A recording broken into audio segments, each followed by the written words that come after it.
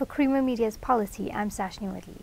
Researcher and analyst Professor Raymond Suttner joins me to discuss restoring ethics, trust and compassion into South African politics. Welcome, Professor. Thank you.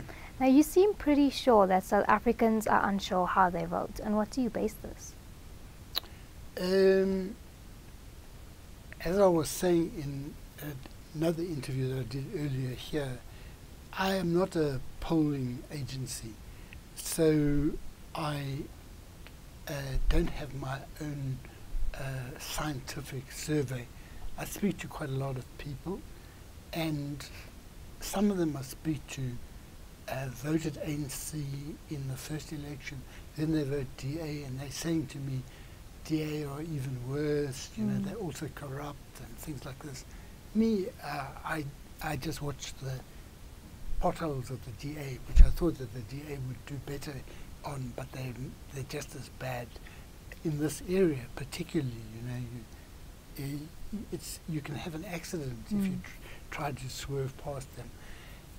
So I just picked that up anecdotally from people I speak to, some of whom are ones who you would expect to be unsure who to vote for, but a lot of ANC people are voicing deep disquiet about the ANC list.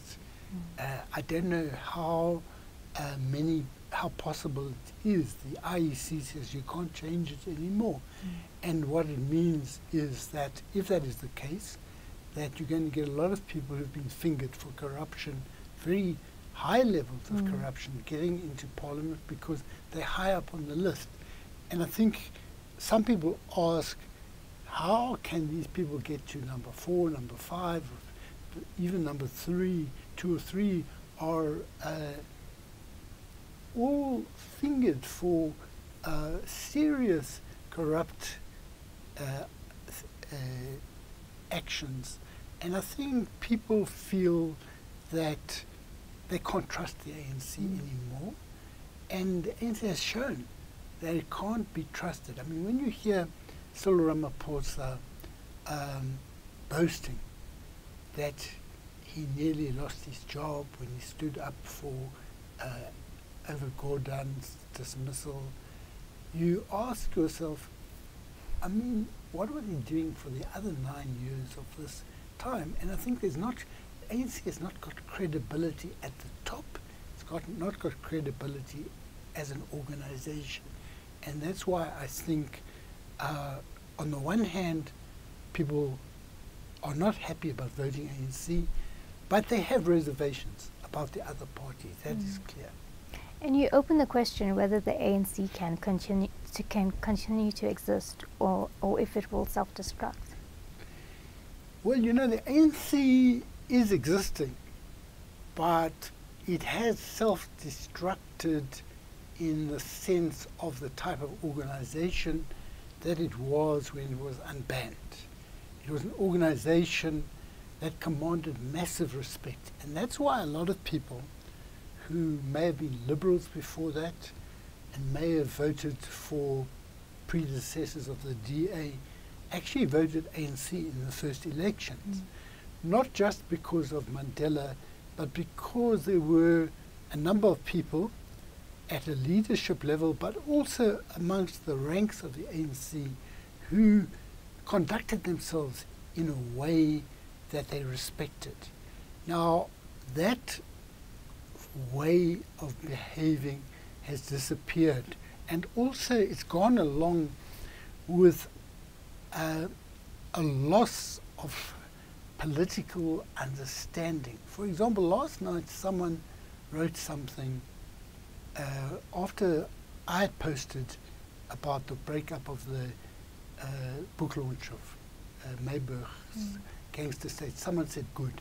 Then someone else criticized it. And I made some remark about burning of books has got a very bad history. You can associate with Nazism and things like that.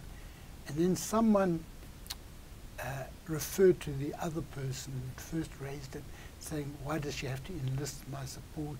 And whites have to understand that it's a different time, the clock is ticking, or we are woke. And there's a sort of anti-whiteism which I'm not scared about, but what I'm worried about, and this relates to how people's attitude have changed to the ANC, is that this is unthinking. Because a person is a white, you can disregard what that person has said, or if they're Indian or whatever it happens to be. It's an unthinking, or they used to say things like, you know, if I criticize Zuma, you hate Zuma so much that this and the other. Now, I don't hate Zuma. I mean, I just had a contempt for what he was doing.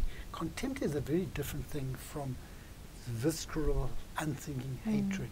It's something that I analysed, saw what he did, and I put it there. And you have these, what they call trolls on Twitter, attacking you because you're white and this, that, and the other. And so I think that on the one hand, people are unhappy about the ANC, but the DA has gone backwards. And that is very interesting in the sense that the 2016 elections presented the DA with an opportunity. Had they managed those coalitions, that they could possibly have got over 50% now. Now, it's not their fault alone that these coalitions have collapsed. You know, they had a very unstable relationship with the EFF. However, the DA has not shown the maturity to know how to consult, to know how to be sensitive to black voters, which the EFF is trying to tap into. And it looks like the DA may do worse than before. EFF, one doesn't know, they may do a little bit better, but I think people are wary about voting for them because they try to instill a level of fear, but it may backfire in terms of voting support. And why do you place such weight on naming whether or not the word xenophobia is used, and naming in general? See, naming is a very important concept. There's a late French philosopher, Marxist philosopher, Louis Althusser, who uses the concept interpellation, that when you name someone, you construct them in a particular way. Like under apartheid, they said that Africans were not South Africans, that they were designated to a particular Bantustan. They were not South African subjects. They were Pedi or Xhosa, or whatever it happened to be. Now, when you name something, you say what it means. In other words, during the liberation struggle, it was characterized as terrorism by the apartheid regime and to some extent by the United States and others. So part of the struggle for liberation was to name it as it was seen by the oppressed people of South Africa and as it actually was.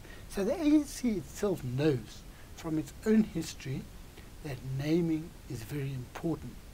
Now, when they call the attacks on foreign migrants criminal, it is accurate, but it is not the whole picture, because the criminal acts are specifically choosing people of foreign origin. And if you deny the xenophobic character, you are not getting to the roots that this is a problem that is very different from murder or attacks on people's property and things like that. And naming is an act of power. If you name yourself and say, I'm a freedom fighter, you are exercising your power against that of the person who calls you a terrorist. If you call it xenophobia, you're calling it by its name, but if you deny that, you are actually removing part of the process of understanding what is happening. Thanks for speaking with us, Professor. Thank you. That was Professor Raymond Suttner speaking to Creamer Media's Polity about restoring ethics, trust, and compassion into South African politics.